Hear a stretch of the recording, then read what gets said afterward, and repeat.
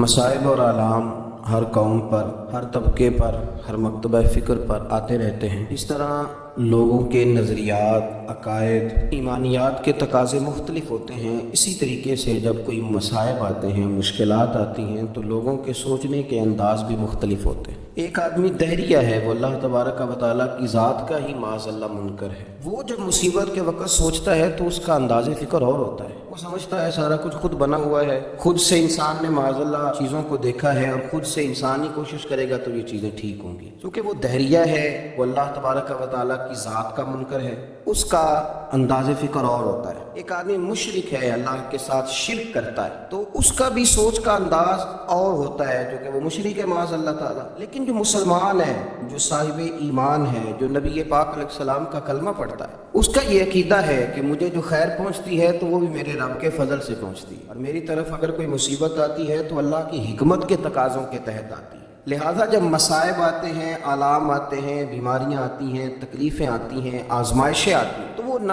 بے صبری کا مظاہرہ کرتا ہے، نہ مسلمان مایوسی کا اظہار کرتا ہے، نہ کسی جگہ وہ کوئی ایسی بات کرتا ہے جس سے محسوس ہوتا ہے کہ یہ پورا گھبرا گیا ہے۔ وہ کسی ایسی بات کا اظہار نہیں کرتا جس سے اس کے عقیدے، اس کی فکر، اس کی سوچ کے مخالف کسی رویے کو محسوس کیا جا سکے۔ مسلمان ہر حال میں اپنی توجہ اپنے رب کریم کی جانب مبذول رکھتا ہے۔ اس کا فائدہ اسے یہ ہوتا ہے، اس کے دل کو راحت بھی رہتی ہے، اسے تسلی بھی رہتی ہے، اس کی امید بھی قائم رہتی ہے۔ اللہ تبارک و تعالیٰ اس کے اعصاب کو مضبوطی بھی عطا کرتا ہے، اور جب مضبوط اعصاب کے مالک لوگ معاشرے میں موجود ہوتے ہیں تو پھر ان کی وجہ سے دیگر لوگوں کو بھی وہ ساری آسانیاں میسر آتی ہیں، اور لوگ اس ترتیب کے ساتھ اپنے آپ کو سکون میں محسوس کرتے ہیں۔ ایک آزمائش آئی ہوئی ہے، ایک وبا آئی ہوئی ہے، لیکن اس سے بہت زیادہ گھبرا جانا، اپنے اعصاب پر اس کو سوار کر لینا، اپنے دل کو ہلکا کرنا، کانپتے اور سسکتے پھرنا، تمام احتیاطی تدابیر اختیار کی جائیں گی۔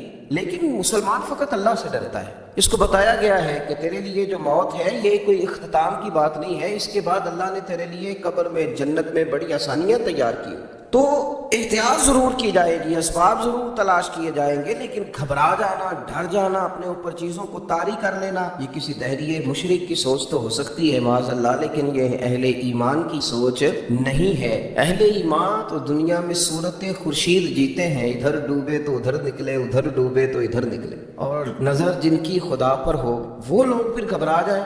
ان کو تو چاہیے تھا دوسروں کو طاقت دیتے، ہمت دیتے، توانائیاں تقسیم کرتے، خیر کی بات کرتے، لوگوں کو بتلاتے کہ ہمیں تو ہمارے نبی پاک صلی اللہ علیہ وسلم نے پہلے ہی بتا دیا تھا کہ دنیا تمہارے لیے قید خانہ ہے، اور یہ یہاں تو تم مسافر بن کے آئے ہو، یہاں تو تم راہگیر بن کے آئے ہو، تمہارا اصل ٹھکانہ تو تمہارے رب کریم نے جنت میں تمہارے لیے تیار کیا ہو۔ تو مصائب کے موقع پر جو مسلمان کی سوچ ہوتی ہے وہ تو معاشرے میں قوتیں پیدا کرتی، وہ تو ہمتیں تقسیم کرتی ہے، وہ تو ایک دوسرے کی ڈھارس بناتی ہے۔ قرآن مجید فرقان حمید سورہ تغابن کی آیت نمبر 11 میں اللہ کریم نے فرمایا ما اصاب من مصیبت الا باذن اللہ، فرمایا کسی کو کوئی مصیبت نہیں پہنچتی مگر اللہ کے امر کے ساتھ، اللہ کے حکم کے ساتھ، اللہ کی حکمت کے ساتھ۔ یہ مسلمان راسخ کر لے بات اپنے سینے میں، الا باذن اللہ، مصیبت نہیں پہنچتی مگر اللہ کے اذن کے ساتھ، اس کی حکمت کے ساتھ۔ اور فرمایا وَمَن يُؤْمِن بِاللَّهِ يَهْدِ قَلْبَهُ، فرمایا جو شخص اللہ پر ایمان رکھتا ہے اللہ اس کے دل کو ہدایت بخش دیتا ہے، اس کے دل کو پھر تسلی ہو جاتی ہے، اسے محسوس ہوتا ہے کہ یہ آزمائش میرے اللہ کی طرف سے آئی، اور جب تک میرا رب چاہے گا یہ آزمائش رہے گی، پھر جب وہ فضل کرے گا تو یہ دور ہو جائے گی، آسانیاں کر دے۔ مسلم شریف میں حضرت صہیب ابن سنان رومی رضی اللہ تعالیٰ عنہ کی حدیث ہے، ذرا اس حدیث کی خوبصورتی کو ملاحظہ فرمائیے۔ نبی پاک صلی اللہ تعالیٰ علیہ وسلم نے فرمایا مومن کا معاملہ بھی بڑا ہی عجیب ہے، اور مومن کا ہر معاملے میں نفع ہی نفع ہے۔ یا رسول اللہ صلی اللہ تعالیٰ علیہ وآلہ وسلم کیا مانا؟